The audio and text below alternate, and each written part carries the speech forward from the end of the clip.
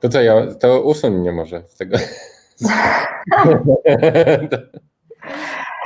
Okay, hey guys, I think we're live.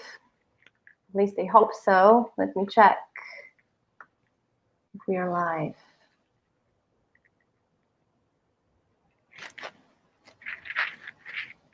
Okay, looks good. Okay, we're live. So welcome to the second lesson, live coding lesson with AskQL.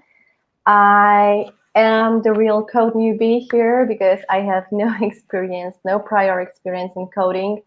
I know a little bit of HTML, CSS, all that jazz, and I've just started to learn JavaScript like a few days ago. So you get the vibe. And now I'm learning AskQL. And with me is right now Marcin Hagmaier, who is actually a creator of AskQL, one of two main contributors. Hello, Marta. So hello. We're here together. Okay. And so in the first lesson, we learned a little bit of values and resources, right? We also created our first value, our first function, and we talked a little bit about syntax. So we said that different operations can be written in different ways. You can either use, for example, a plus sign, or you can use a word plus with a colon before. So it's basically, there are few ways to write the same thing. So it kind of, I think it means that AskQL is pretty flexible, right? It's human friendly, flexible, and there is no strict white space policy, so you can put spaces pretty much wherever you want to. So it works for me perfectly because I just, spaces, right? So it's always better when you have some of flexibility while you're writing your code, I think. But maybe that's not always a good thing, right? When you have so much flexibility. What do you think? What do you think? It's better to have this, not so strict white space policy, or is it better to just learn one way of coding? Why are here two ways of writing things? At least two ways. Yeah. So I mean, white space adds complexity because I mean you are actually saying something with like having 3 tabs instead of 2 tabs, right? It's an, I mean, if a language is gonna require you to place 3 tabs. Tabs is basically like a space but a longer one, and just has its own key on the keyboard. So I mean. So let's stick with spaces. Maybe makes it easier. So if a language was to decide if you're supposed to make 4 spaces or 6 spaces here, it would add a lot of complexity really to its grammar, and I think it would be just like sort of. I mean, you would need more space to explain the rules. Basically, what I'm getting at, right? So sort of more complicated in that way. So so when thinking about a language for AskQL, we're really trying to come up with something very, very simple and not really requiring you to make all of the styling. And also, it's sort of like the same in JavaScript. You can write a very ugly-looking JavaScript code. I mean, definitely you can trust me on that. And you can also write code in JavaScript that looks quite nice actually. So it's the tool we use now. It's called Prettier, and what it does, it looks at your source file, looks at what it is, what it means, and creates a new source file, which has this really nice formatting for you, and it's gonna format the file the same way no matter who wrote it. So you can have the like similar, quality and similar looking code across the entire project, just because no matter like what space someone uses, we all go through this pre-tier formatting process, and the code going into the code repository is always formatted. So you see, doesn't really matter at this point. It's just like, I mean, it's not that big of a deal, the white space. Mm-hmm. I don't know why I got so much into this white space policy. It's probably because I would always think that you have to think of where you're putting your spaces, because if you put it in the wrong place, then your whole thing is not going to work. So I was like, oh my God, I can put the space whenever I want to and wherever I want to. So it was like, thank you. I mean, some couples can even break up over this. It's an important debate, like what kind of space you use and how, how much space does it take, right? Stubs or spaces, or like if spaces, how many spaces? It goes on and on. It's really just like spacing. It's not a matter of code. You see, it's more a matter of like spacing it on the screen. Doesn't really, for the code, it should not matter. Although programmers are like fun people a lot, and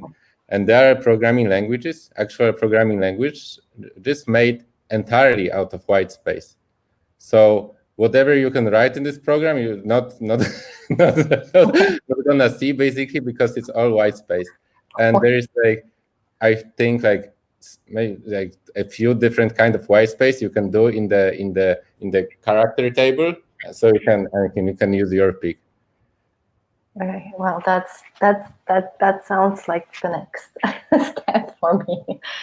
But so what we talked about last time was asking for values, and I remember that when we're asking for values that which are already assigned, I mean, so we are asking for a value, we are putting the name of the value, and then we get, for example, a number, right? So if I, for example, assign green dragon to the number 5, and I go ask for green dragon, then I will get 5 as a result. But we also talked about, so this is the value, just ask about the thing and you get the result. But we also talked about asking for resources, right?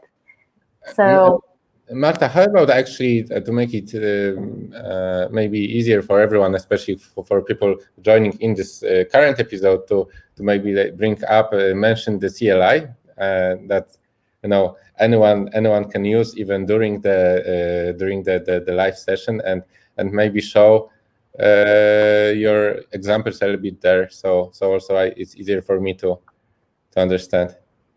Okay. Maybe easier for everyone. Oh, okay, hold on. Let me share my screen then.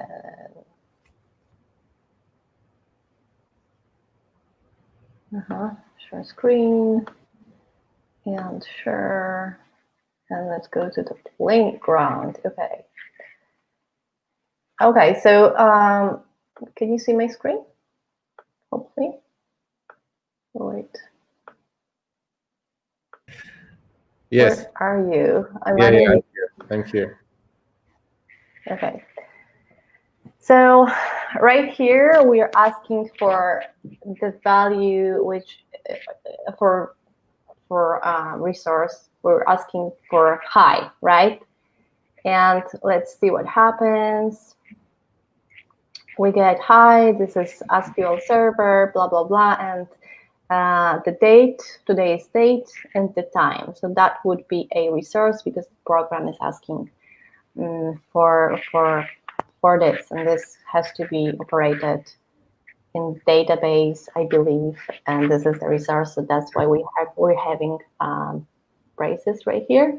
Yeah, it as you can see, this gonna return different value every time you run it. So it's not a value because it's pretty much different every time.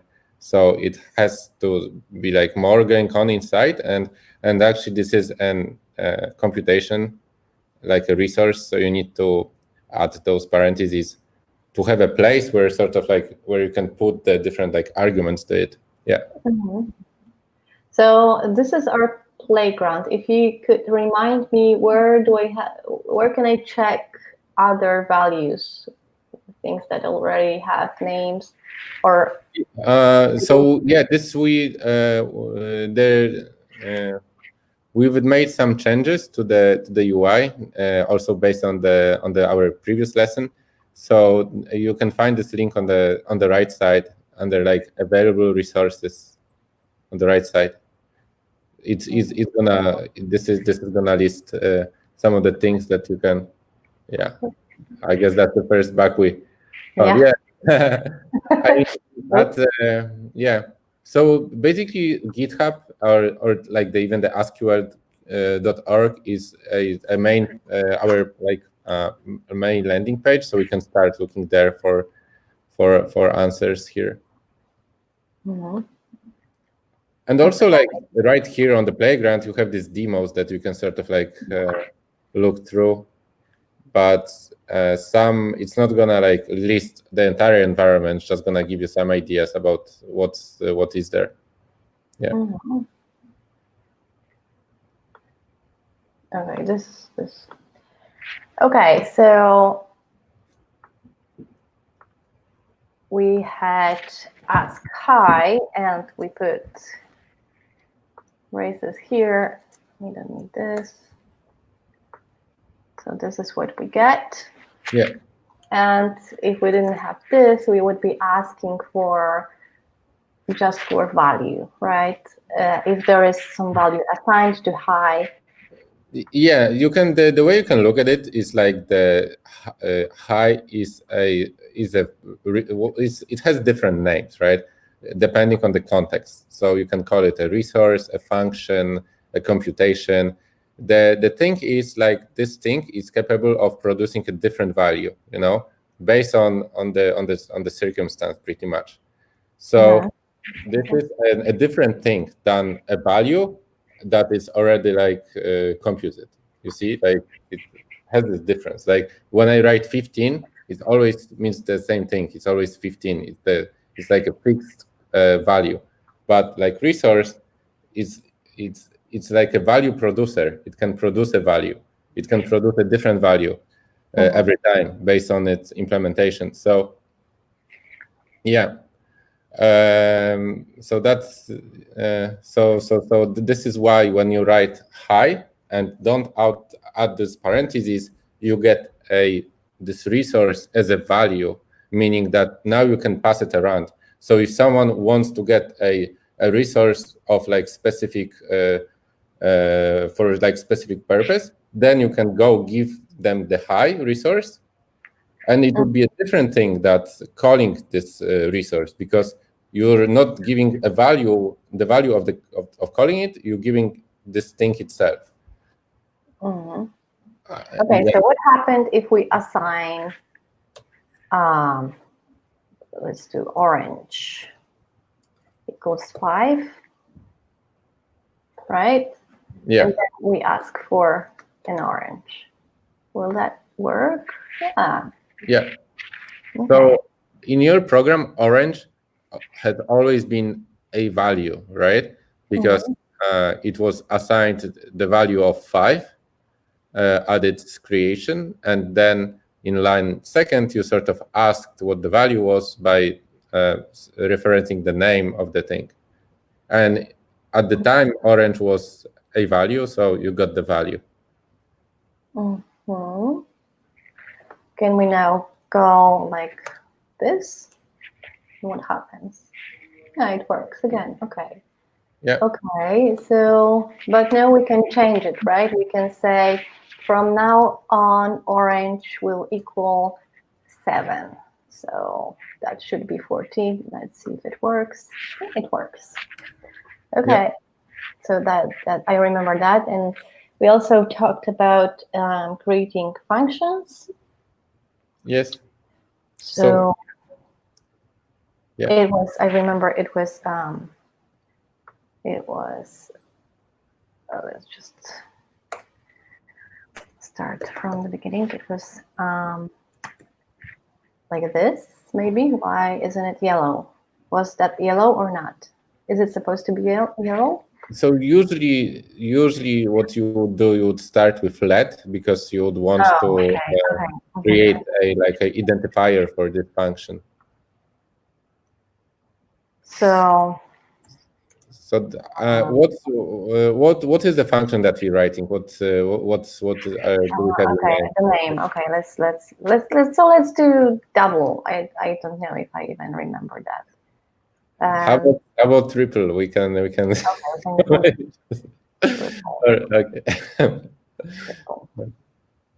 Triple with double P or single P? I don't know. Looks fine. Should I can have an argument here, right? This works. This works very much the same like with 5. Remember when you wrote equals 5? Now it's not equals 5. It's equal a different thing with the fun keyword. So you do let triple equals fun and curly braces. Yeah. Curly braces. Do I put something in here? Or? Yes, if you put something in here, we're gonna have a way to reference this first argument that goes into triple. So I can put whatever, and yeah. I don't remember how to. And now the curly braces, which gonna create a new scope for us where we can run this function. So pretty much, you add the curly braces now. Yeah. Okay. Right. And what do I? There was like $, 0. So now so in the scope you have n, which is the first argument to triple, and you're supposed to write a yeah. Okay, yeah, I guess so. I guess that makes sense. Usually you would need to write tests to show that it works in certain cases, but yeah, looks fine. Looks fine to me. So what do I now? Do I say what is n or? No. So the way you use it, you now have not. Yeah. Hold on, Marta. To make this easier, let's actually format the code a little bit here. So after every curly brace, let's make an enter, and let's add some indentation so we know that sort of like the stuff is separated. So so let's go line by line, and we're just gonna add a button to the playground that's just gonna format the code for you, making it simpler. Okay. But for now, let's just like, for instance, like, can you take a look at the GitHub, our GitHub? Yeah. And you scroll down a little bit. Yeah, and scroll down the diagram. Yeah. So there is, you can see. Where's the diagram? Did I miss it? I meant like even this graphic, right? If you click on it, it almost has good formatting, except for some parts we're fixing. But if you look at the 4, sort of like you see what's going on here. Like every line has, every like section gets embedded more, and you use the curly braces to sort of like see scope of these things, right? So that's sort of like the intention to use those. So like white space is not gonna matter for runtime, but it can matter for the readability of your code. So if you do it like this, it's difficult to know, oh, where does the code go after triple, right?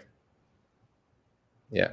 Right. I'm not very used to this at this point, but you yeah. Right. So in here, let's just delete that and start with saying triple in that line 5. With a column? No, just start simple. Just do triple. Let's not guess. Let's make experiment, but let's not be guessing, because like guessing is not gonna help us understand here. Triple. Okay, we got. All right. Is this something that you have just run? That's interesting. Shouldn't be like this. Let's triple. Okay. Let me see on. Let me see, because this. Wow. Fine. Would you like to share your screen and show us? Yeah. Let me check. Right now, I just need to sort of write a similar program to yours and see if mine makes. No, I wonder why it would set that. Like, did you? Yeah. Are you sure it might press to run? Yeah. I did, and now I pressed it again, and I got something else. But write a similar program to yours and see. Yeah. All right. Yeah. Now that looks much better. Okay. So it seems like we were viewing the previous result. Okay. So triple now is this weird thing that you see on the right side. So this thing is actually how this function is, how this triple is represented inside. So it just is like this triple is now like this confusing blob of information, not really important right now. What's important is that AskQL can understand it and it can use it to produce an answer for triple based exactly on the definition that you wrote up there. So let's try it out. We can write triple, for instance. Let's do with the parentheses. So you can, let's see what triple of 10 is, for instance. Oh. Yeah. So that's this is one way to use your. So I just had a colon here for some reason, and I that's why I got this. Oh, interesting. Yeah. So the colon you're only going to use after something. The colon here is gonna be after something. So if you use it, let's try 10 colon triple. So it's saying like I have the value of 10 and I want to triple it. Yeah. Okay. Now I will just. Okay. Yeah. For some reason, I thought that if I put it this way, that would work, but it doesn't. So yeah. All right. So Marta, let me. Are you ready to? I'm ready. Let me ask you something. Something interesting here. So what would happen if in line 2, instead of n times 3, you said n times 5? How did that change your program? Well, it would be multiplied by 5. Yeah, and produce 50, right? Yeah. Okay. So how would you then name this function? Would that be okay to still call it triple, or would that just like not make sense? By 5. Yeah, nice. So then you would have like 10 colon by 5. Yeah. So as you can see, like we are always in the process of creating a programming language here, really, because we get to come up with our own identifiers and we get to use them in our programs, right? So it's very useful. It's just because if you in your project, if you have like specific definitions, like greenhouse has meaning to you and stuff like that, then you can use it here and makes it easy to understand your program, even without like the idea here is if I take a look at by5, I get what it means, and I don't need to look inside the by5 definition to figure out what it really does. You see, that's sort of like the idea for the names. Okay. How about in line 2, instead of n times 5, we would say by 5. We would say n. We would just say like by 5n, or like yeah, let's try that. Instead of, okay, let me just by just like this. Yes, by 5 and colon n, parentheses n, right? Because so what we do here, we want to know what is the, so we are supposed to say what the by 5 of n, what's the value. But and it doesn't know yet. Does the program know? I don't think it knows. So it's like if someone asks you, hey, what a tree is, and you point at the tree and say that, you know, and sort of like keeps going in cycle, you know, and doesn't ever produce an answer conceptually. You follow? Because it's like we are supposed to define what by5 is, but in line 2, we just like referred to. Oh yeah, so it comes back to this and asks what is it, and it's this, and so what is it? Okay, got it. You want to run it? See what? Yeah, you did. So I got this. So in AskVM, we're gonna have different limits that we are going to run into eventually, and that steps limit is a limit for a number of steps. So your program, with every computation, it has to make a certain number of steps. So the more you want to compute, the more steps you need. In that case, that computation would never like produce an answer, because it keeps like going through this by 5, doesn't really go anywhere. So it just run out of the steps limit here. So how many steps do we have? We have in this playground, we have 10,000 steps, which is currently equal to a couple hundred loops. So we're gonna, so you see, like it's like.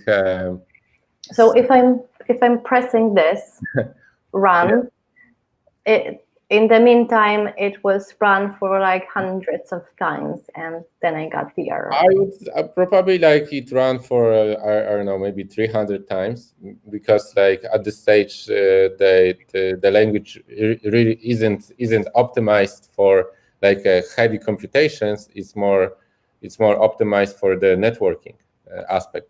So as we optimize it more, then it's gonna be more steps available to you. Okay. So we can figure it out. We can make it so that by 5 is only going to run for 300 times, and see if we run through the step limit or not. So we can be like detectives, you know, about this, and see how many steps we can make if you want. But like this is gonna depend on the program. Like the steps is not a good metric really. It's just the simplest metric you can use, and the additional limits that we're gonna have is gonna be like about the time limit. So you can do whatever you want, but it can take no more than like 1 second to produce an answer. Yeah. Okay. It depends on the host, because you basically let people run programs on your computer. So you want to set some rules about this, some limits, right? And this is one of them. Yeah. Okay. All right. Cool. So what do we do now? Do we want to do some more examples? Yes, that would be nice. So I have different ideas. Maybe there is something that you find interesting. If not, let's just like keep looking at things. I think it would be cool to dive deeper in this referencing itself thing. It's called recursion. It's an important subject in the functional programming languages. So we can talk about this a little bit. And it's also a very useful pattern for coming up with numbers, interesting numbers. So yeah, so we can do this, or we can just do whatever else is you think it's interesting about all this. Yeah, let's do this. I have one more question though. It just came up to my mind. So whenever I'm asking for hi, right? And this is what I get. So is it defined that hi has to be answered by adding this a text altogether with the time already somewhere in Yes. the wherever? Yes, so this computer that runs this AskQL, it is currently deployed on Netlify. Netlify is a server which runs JavaScript. So what we do here, we have like an AskVM, which is a JavaScript program that, a program in AskQL goes into it, and it runs this. Itself being a JavaScript program. So we create a virtual computer for AskScript, which itself is a JavaScript program.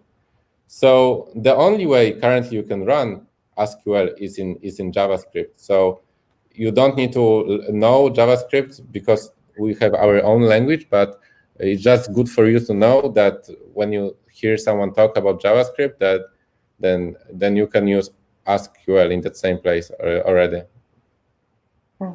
So I mean, and of course, like JavaScript has its different like libraries. For instance, you have a library to deal with what is shown in the browser. Node.js comes up with couple libraries, like with files that has to do with networking, that has to do with like passing data around. So you can, if you want to access those, like here you see we get the current date. Current date is what the JavaScript engine gives us. So we want to say, hi, this is AskQL server, but we also want to include that date, and that date is only available for JavaScript programs. So what we have here, we have a small resource. It's just like a very tiny bit of code, which now is this hi, and this hi is very simply says, I have a piece of text and I want to add the current date to it that comes from JavaScript. And that small bit is written in JavaScript, and it allows a lot of AskScript programs to be run using this hi resource. So the hi is like an integration, it's like a bridge between JavaScript and AskScript. It allows you to use JavaScript functions inside AskScript. Okay, works for me for now. Okay, yep. So do you want to share your screen now and show me some examples, or would you just? I should be able to explain all of this to you while looking at your screen. Okay. And I like to see you type so much at the second lesson already. So that's encouraging. Boom. All right. So are you familiar with the factorial? What factorial is when we write like 5 exclamation mark?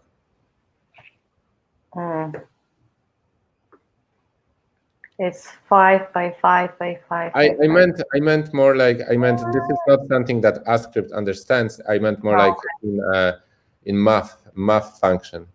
So it means 5 by 5 by 5 multiplied by 5 by 5 by 5 by 5. So what this means is it's a little bit different. It's like 5 times 4 times 3 times 2 times 1. So you go like backwards and multiply every new number. Going from 5 to 1. Yes. Right. Yeah.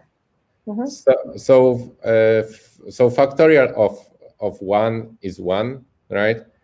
A factorial of 0 is also 1, but this is something that we just agreed about, and it fits very nicely into some other math.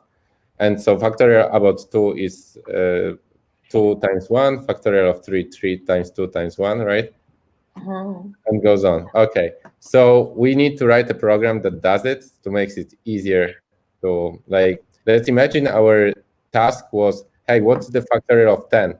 And you didn't want to like manually do 10 by 9 by 8 by 7 by 6, because you don't need to do it anymore. You're a programmer, so you're gonna write a program that do all of this manual work for you and just gives you the answer.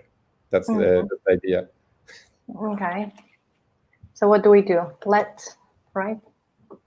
Yeah, so first I would like to for you to sort of like come up with a general rule in your mind conceptually about factorial, what it is. Because when you start with a number, you want to say factorial of 10, right? So what it is? It's 10? Yeah, it's going n. It's going n multiplied by n minus 1, which doesn't make sense because it won't know when to stop. So we need to go n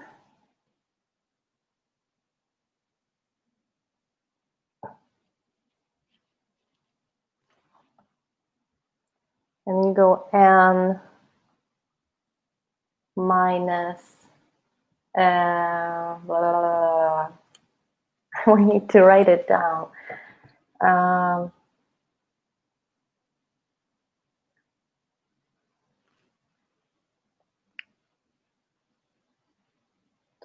I don't know. You need to like help me out. Oh, are you here? No, wait. We lost you. All right. Okay. All right. So if you so you said one. So let's. This is important that we understand that we don't jump over it, and so let's take some time. So you said like factorial of 10. Let's start there. So you said it's 10 times what? I was gonna say like from n. Yeah. So let's see, factorial from n. Yeah. Yeah. So it would have to be n times n minus 1 n minus 2 and so on. But it also has to know when to stop. Yes, it only goes until certain number. Yeah. So this is where I got stuck because. So let's see maybe at a certain example, you know, how it goes down, because when you have like factorial 3, then you have 3 times 2 times 1, right? And then you need to stop, because if you didn't stop, then you go times 0. That would not be good. So we only stop at 1, right? Yeah. Okay. Oh. Huh. So there is like another condition. So you need to say and stop at 1. But how do we say that?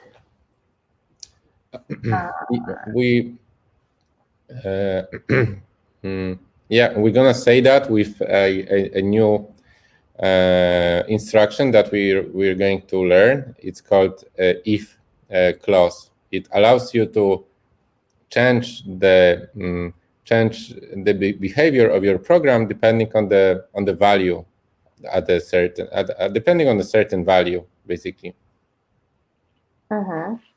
So if you want to stop at 1, we're going to be able to say, hey, if this is 1, then I want to stop. That's exactly what we're going to be able to say with this. So we're going to have this covered. Let's see how we can do this this process of going, at 1 by 1 by 1, like here. And let's think if we can use this recursion technique that we saw with by 5 to figure this out.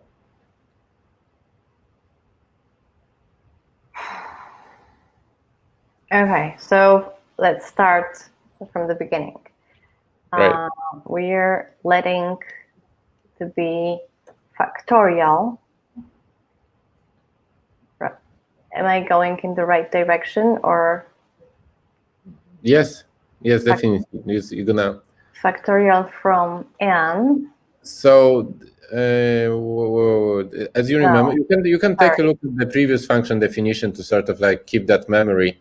So what we do here, we say let identifier. So you say factorial. So let factorial means I'm gonna create a new identifier in this word called factorial, and here is what it is. So you need to say the equals.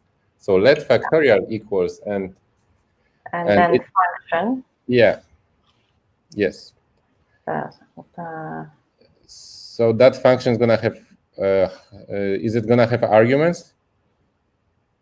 Yeah. Okay. Cool. Like this one. Yes. Awesome. And then I need this. Yes. Or no? You do need those. Yeah, those are in every function definition. You need to place those so that AskScript knows what goes into the function and what doesn't. So what now? Seems like we always start with n times, right? So we can start with this actually. N times, or maybe. So let's let's maybe do right now n times 2, because we did that before and it worked. So maybe we can sort of start here and evolve, Okay.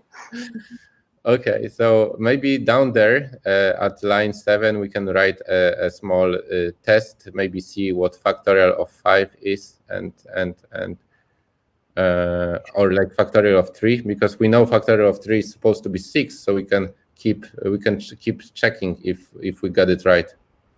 Factorial.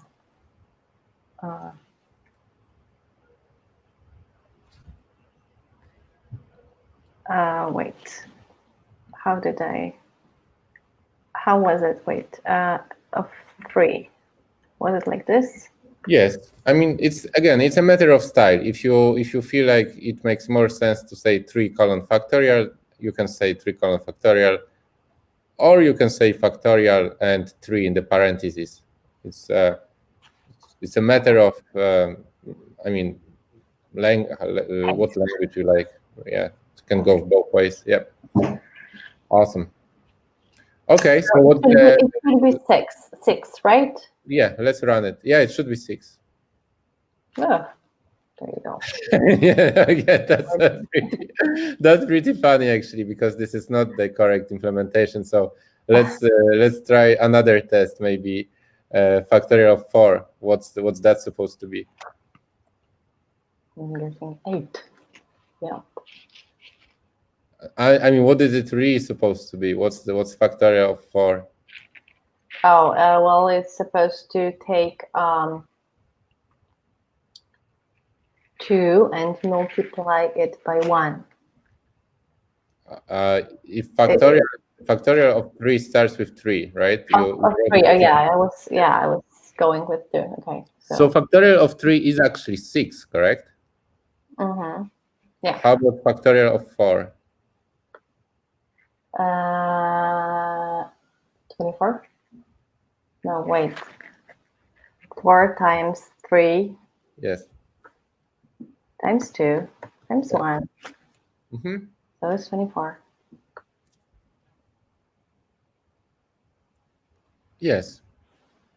And what does our program say? What does our program say?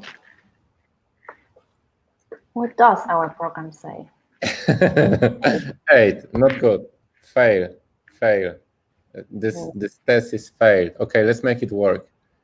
Let's make it work. So basically, our implementation has this problem that when we give it number 4, it doesn't produce the expected number of 24.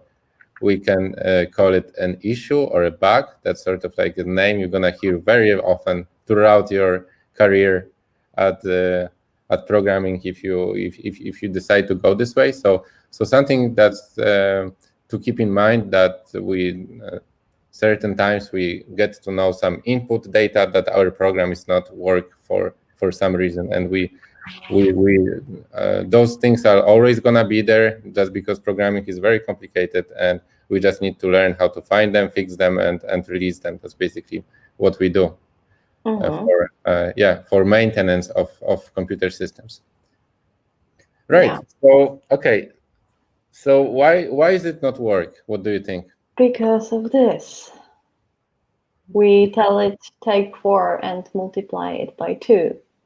Yeah. And what? That's not what we want. Yeah. How do you think? How would you fix it?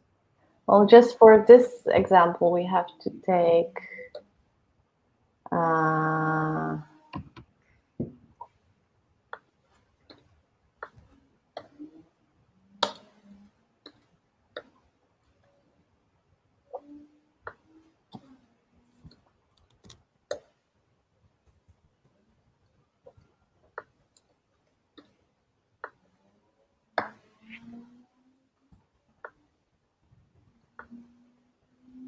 just for this sake, for this.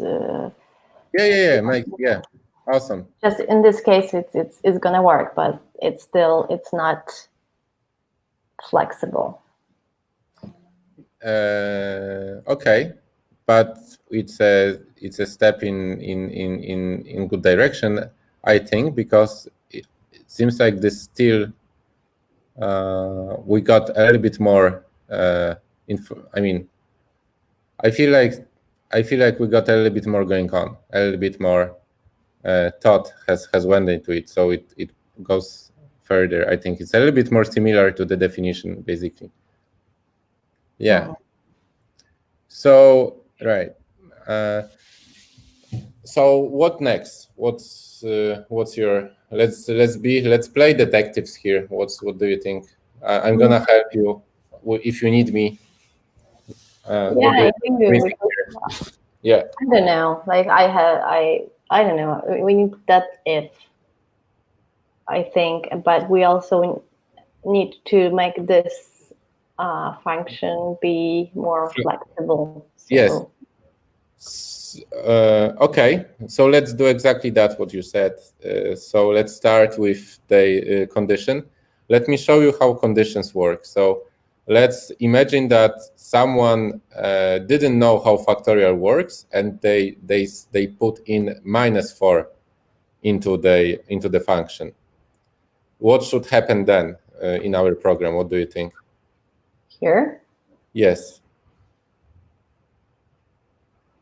Well, it's gonna do the operation by putting -4 in the places of n. Yeah, and but what is supposed to happen? What do you think is supposed to happen when someone wants to know what is the factorial of -4? Let's see.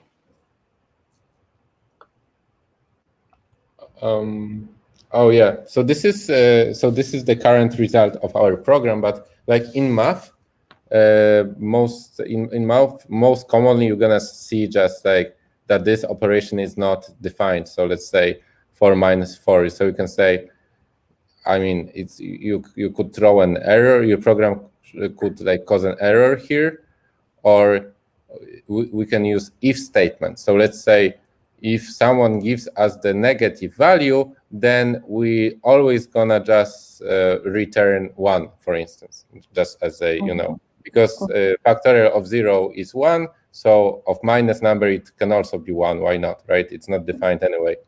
Okay. So to do this, you very simply just need to, instead of above line 5, so at the beginning of your function, so you sort of like put, Here. Yeah, exactly. Give us a little space, and here you can say if. Yeah, and we need for if we need the braces. So you need to put this in the braces. Yeah, okay. And then you can go like. Do I go like this? Yes. Yeah, that would work. How do you know this? I can't remember. Yeah, it's a very common in programming languages. This means, do you remember what it means? If n is 0 or less than 0, yes, then something happens. Exactly. So, and then you need the curly braces again to say what's supposed to happen. So inside the curly braces, we want our function to return a certain value. So that returns means that instead of doing anything else, we're gonna return to whoever called this function, and we're gonna give them the value, and we're not gonna do anything else. So you can just say return 1 here, right? Because that's what we agreed. Do I put equals or just space? Yeah, just space like this. This is what, so that if bit and return is exactly like JavaScript does it. Just so you know. So you know that already. It's gonna look familiar to you if you look at it. Yeah. So let's run it now and see what results we get. 1. Okay. Makes sense, right? Yeah, because all of the ends are 1. Okay. Right. Cool. Let's do some more investigation. Let's see what bugs do we have. Does it work for 0, you think? Does it work for 1, and so on? It should be 1 as well. Yeah. Okay. So can you find a bug? Is there a bug? Is there a bug?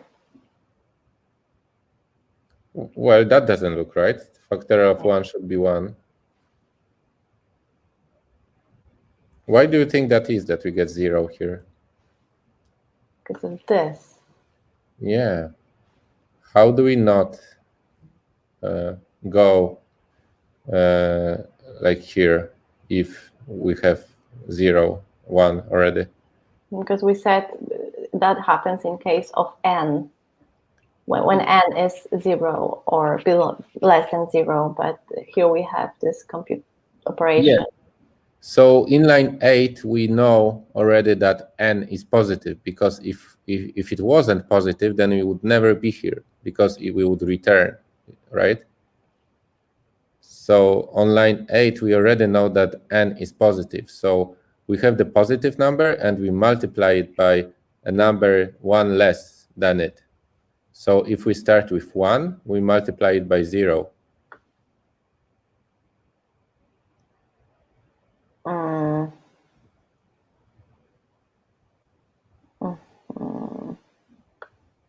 Okay, so what do we do? Like, what do we write? It has to do with the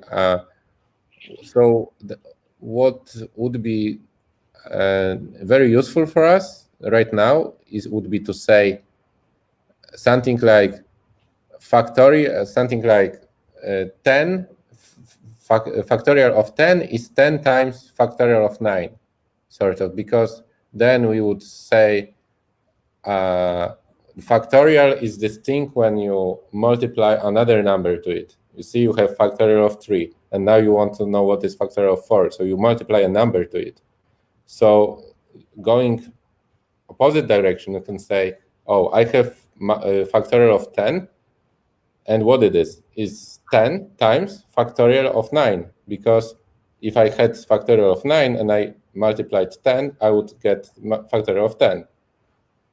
So it has its whole sort of has this similar nature like by 5, which was also has, been defined by itself.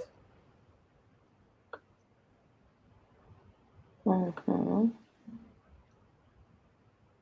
So we have to change this. Yes, this is what gets run for positive ends. So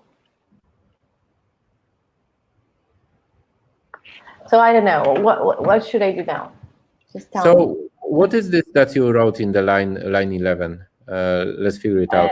Just a comment, but isn't it? If I put it here, it's gonna get looped, right? Yes. But should I put it here? I mean, you can always try and see what it does, and then try to understand the results. You're gonna do a lot of such experiments to see. Yeah.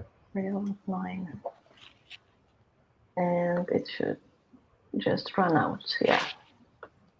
The reason why this runs out, I think, is that you always ask for factorial of 9, and you keep asking the same question. You see?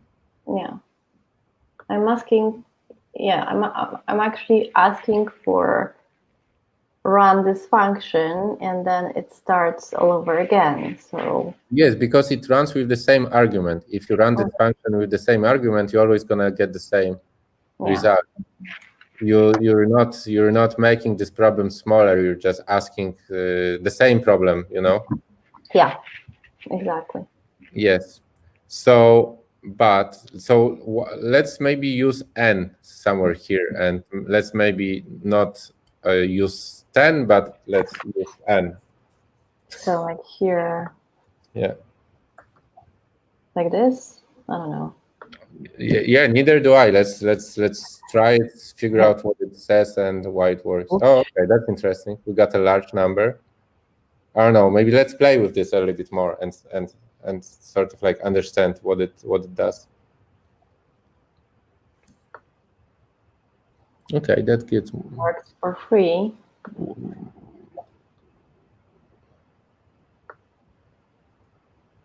That looks good too. Yeah. What if we put 1? Oh. Okay. Yes. So how about factorial of 5? What do you think should be the factorial of 5? Well, 5 times 20 times 60 times 2, 120. And that's it. Okay. Why does it work, Marta, here? That's the question. Yeah.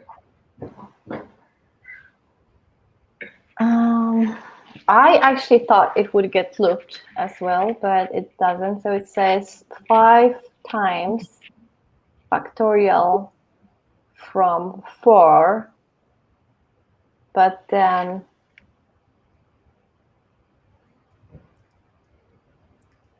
okay, at least okay, so it runs over and over till it gets till n is just 0, and then it stops, right? Yes. Okay, makes sense. Yeah. Awesome. Cool. Awesome. That's a very, recursion is a concept that at the beginning of the computer science studies, a lot of people get headache about, and one of one of those concepts in computer science. So happy we got to cover it with functional programming languages. It's important to know this trick, because as you can see, you can already write programs that automate a lot of manual work, because you just you can define a function and you can reference it, right? So you have a function defined and you can say, I now want to use this function that I defined to compute it. And you can even do it inside it already. Okay. It's you have to get used to it, because it's just, when you look at this, you think, no, it's going to get looped, because you're asking within the function about the function again, and how in world it's not going to get looped, right? But then also you have this, and you go like, okay. But it's now it's understandable for me. So this shouldn't get looped, and you understand why, right? Now I do, but not when we were creating that. It was like, I wouldn't, at this point I wouldn't come up with an idea like this. Makes it easier with practice to figure this one out. And I mean, funny enough, this is not. This is perhaps not the. This is not the only way to do it, and we're gonna learn other ways to do it as well. But just wanted to start here because this is something that you can write on your own already. It only uses the constructions that we learned, the functions that we learned over 2 lessons. So, I mean, yeah. If you just wanted to find out what is factorial of 12 or something like that for your own, then now you can, and just we're gonna work on some more complex computations as well. Okay, let me just stop sharing my screen, and we're back. Okay, so we're running out of time right now. I'm just checking if there are any questions, but not really. So yeah, that was fun. I hope you guys had fun as well, at least, because you were watching me struggling. But no, it's actually a lot of fun. So I hope we're gonna keep learning, and you are all invited to join us and learn with us. Right? What do you think, Martin? Yeah, that's always exciting. I think to see that you move so fast really here with those things and those constructions. I hope the audience can pick up. There's a lot of stuff that we have yet to talk about, and I think that we didn't stream on YouTube our first lesson, but starting with this one, we are doing this, and we also gonna add some descriptions to help people understand what the lesson was about and what were these different sections inside that lesson. So I think it's gonna make it easy for everyone, even if someone only has like a couple minutes to look this over. And we're gonna make you guys a little handbook. So if you want to just come back to the examples or see the code, or just in case you are more of a reader instead of listener, or if you want to read and not watch me trying out things, then you will have that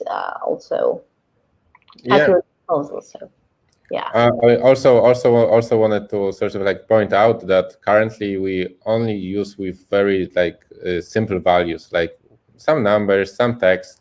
As you can see, the programs that Marta wrote, they also produce text pretty much that what happened about the computer. We just received some text with the answer.